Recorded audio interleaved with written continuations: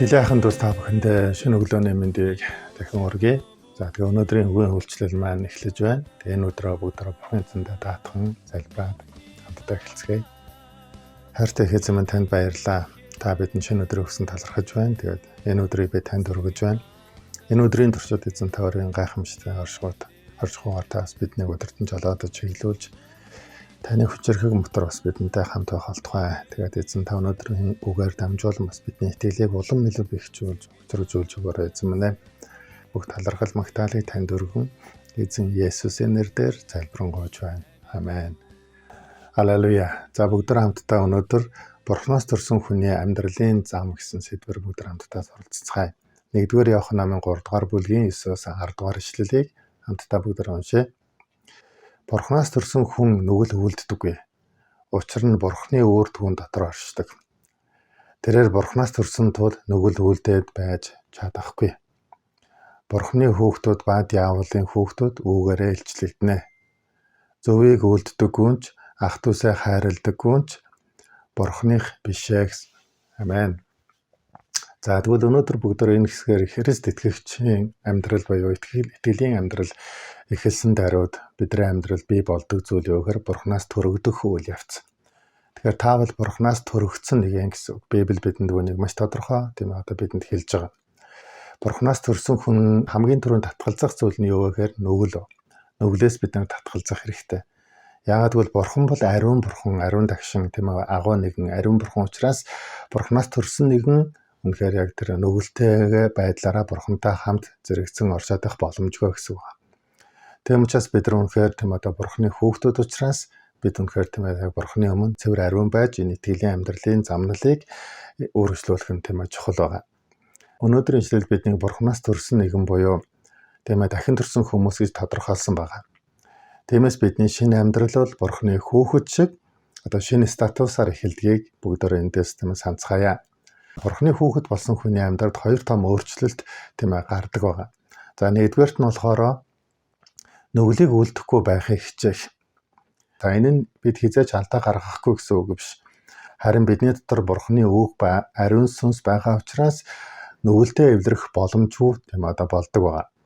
Тэгэхээр махан хүсэлтэд хөтлөгдөх бус харин нүглийг эсэргүүцэн амьдрах хүчийг Бурхан бидний дотор тийм дүүрэн өгдөг байгаа. За хоёрт нь болохоор ах дүүсийгээ хайрлах. Бурханы өгөхөд мөн эсхийг таних хамгийн том шалгуур бол тийм хайр юм аа. Хэрэг бид ах дүүсээ хайрлахгүй бол Бурханд харьяалагдахгүй гэж тийм одоо бичиж тэмдэглэсэн байгаа. Тэгэхээр өнөөдөр тийм бид бас Бурханаар төрөгдсөн хүмүүс нэгдүгээрт мэдээж нүглийг тийм одоо дэвсгэрлэж тийм нүглийг үйлдэх хүсэлгүй тийм одоо болж амьдрахаас гадна Бурханаас төрөгсөд болохоор дэргэд байгаагаа ах дүүсийгээ хайрлах тэр Бурханы агуу хайраар тийм одоо амьдарч эхэлдэг юм байна. За тэгвэл итгэгч хүний амьдрал хэрхэн эхлэх ёстой вэ? Бурханаар төрөгдсөн хүний амьдрал шинэ амьдрал тийм итгэлийн амьдрал хэрхэн эхлэх ёстой вэ? Библи бидэнд итгэгч хүний эхлэл ямар байх ёстой талаар 4 зүйлийг тийм одоо бидэнд заасан байна. Нэгдүгээрт болохоор би бол нүгэлтэн гэдгээ хүлээн зөвшөөрөхөөс итгэлийн амьдрал эхэлнэ. Тэгэхээр бүгдөө эзний өмнө тийм өөрсдөө би бол нүгэлтэн, би бол гэмтэн гэсэн тийм одоо тэр одоо итгэлийн тунгаглалаар бид өөрсдийнхөө итгэлийн амьдралыг тийм эхлүүлцгээе. Библиэд Есүс Христтэй уулзсан хүмүүс өөрсдөө нүгэлтэн гэдгийг, өөрсдөө гэмтэн гэдгийг тийм ухаарч, мэдэж, ойлгож тийм хүлээж авч ирсэн байна.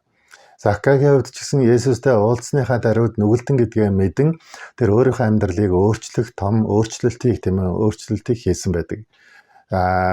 Есүс Христэд итгэгчдийг хавчиж байсан Саулч гэсэн Есүстэй уулзсан даруйда нүгэлтэн гэдгээ хүлээн зөвшөөрч түүний өмнө гэмшиж энэхүү гэмшлээр дамжуулан Саулын амьдрал Паул болж өөрчлөгдөж Христийн алдрын төлөө харь үндэстнүүдэд сайн мэдээг чуулган тарих тэр гайхамшигтай үйлсэд Паул өөрийнхөө амьдралыг зориулсан байдаг. Нэгэн удаа Есүс дагалдагч нартайгаа завин дээр загасцалж байх үед түүний хажууд байсан Петр Есүсийг ажиглангаа Есүсийг өөрөөсөө түлхсэн байдаг. Учир нь Петр Есүсийн хажууд байх зохимжгүй нэгэн гэдгээ тийм мэдсэн. Тийм учраас эзэн минь надаас холдооч би бол нүгэлтэй нэгэн гэж тийм Есүсийн өмнө одоо тунхаглан хэлсэн байдаг. Тийм учраас бидний итгэлийн амьдрал энэ хүлээн зөвшөөрөлтөөр эхэлдэг гэсэн үг байна.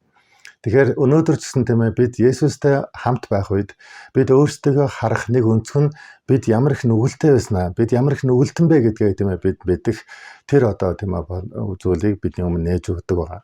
За хоёрт нь болохоор өөрийгөө өхүүлж эхлэхэ гэж. Өөрийнхөө зан авирыг, өөрийнхөө характерыг өөрийнхөө зорилгыг, өөрийнхөө хүслийг одоо эзний өмнө тавьж тийм ээ өхүүлэх цаг ирсэн гэсэн. Тийм учраас Паулаас хэлдэг би бол өдөр бүр үхтгэ гэж. Өөрөөр хэлбэл Паулын өдөр бүр үхэж байгаас шалтгаан нь тэр бардамнал дотроо өдөр бүр үхдэг. Тэр өөрийнхөө хүсэл эрмэлзэл дотроо өдөр бүр үхдэг.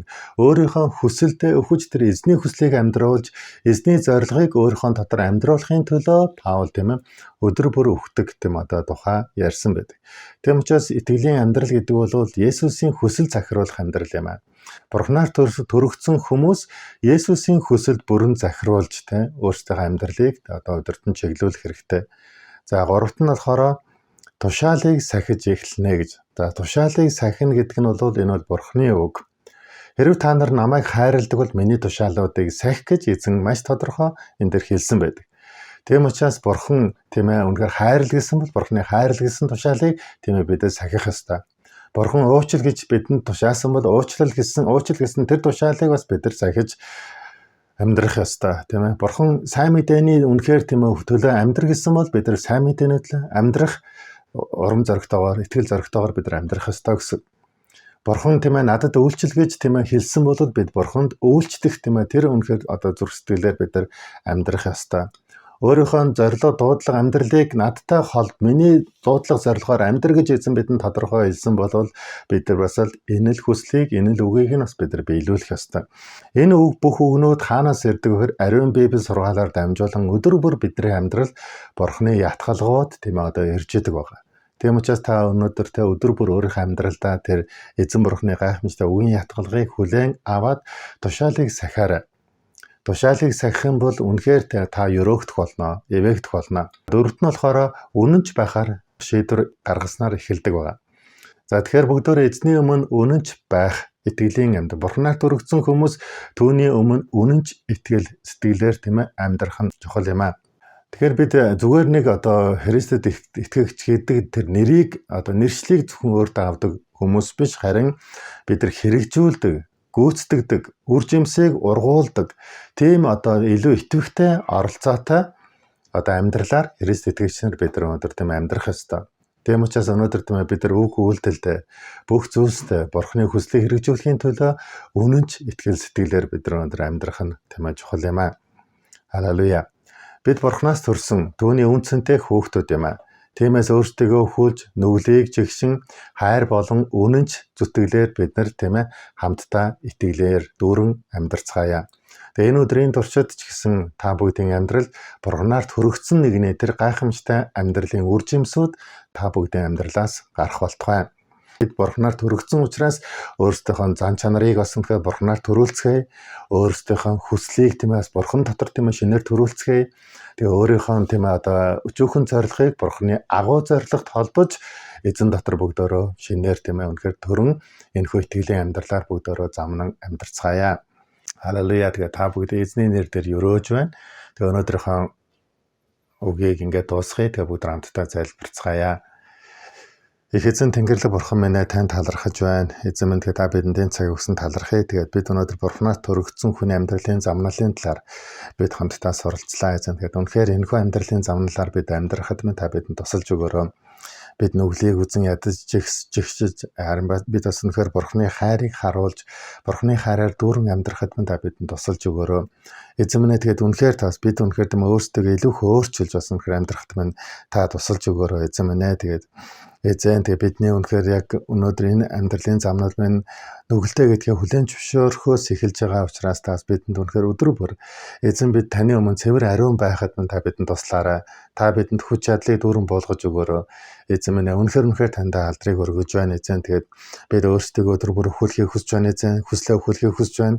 Бардамлаа өхүүлэхийг хүсэж байна. Таны зорилгыг амьдруулахын төлөө бид таны өмнө үнэхээр яг ийм зохистой амьдралаар амьдрахыг хүсэж байна. Эзэн таны тушаалыг сахихыг хүсэж байна. Таны өмнө үнэнч итгэл сэтгэлээр дүүрэн амьдрахыг хүсэж байна. Эзэн минь таньдаа баярлалаа. Алдар магтаалыг өргөн бидний эзэн Есүсийн нэрээр залбирanгуйч байна. Амен. За эзэн та бүгдийг их болтугай.